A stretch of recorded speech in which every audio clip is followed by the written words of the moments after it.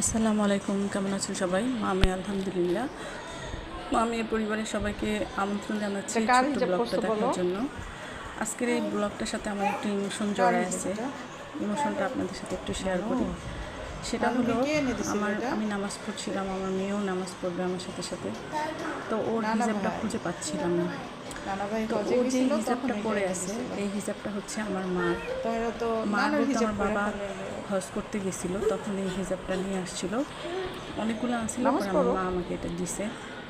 তো দিয়ে বলছে যে তোমার বাবার স্মৃতি রেখে দিও, না যদি পড়ো। আমি বলছি, মা আমি এই ধরনের হিজাব পড়ি না, গায়ের সাথে লেগে থাকে।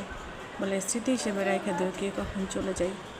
তো আজকে যে আনছিল সেও নাই, যে আমাকে দিছিল সেও নাই, আমার মা বাবা দুজনের একজনও নাই। তো তাহলে বললাম যে আসলে তোমাকে নানা হিজাব পড়াই দিই।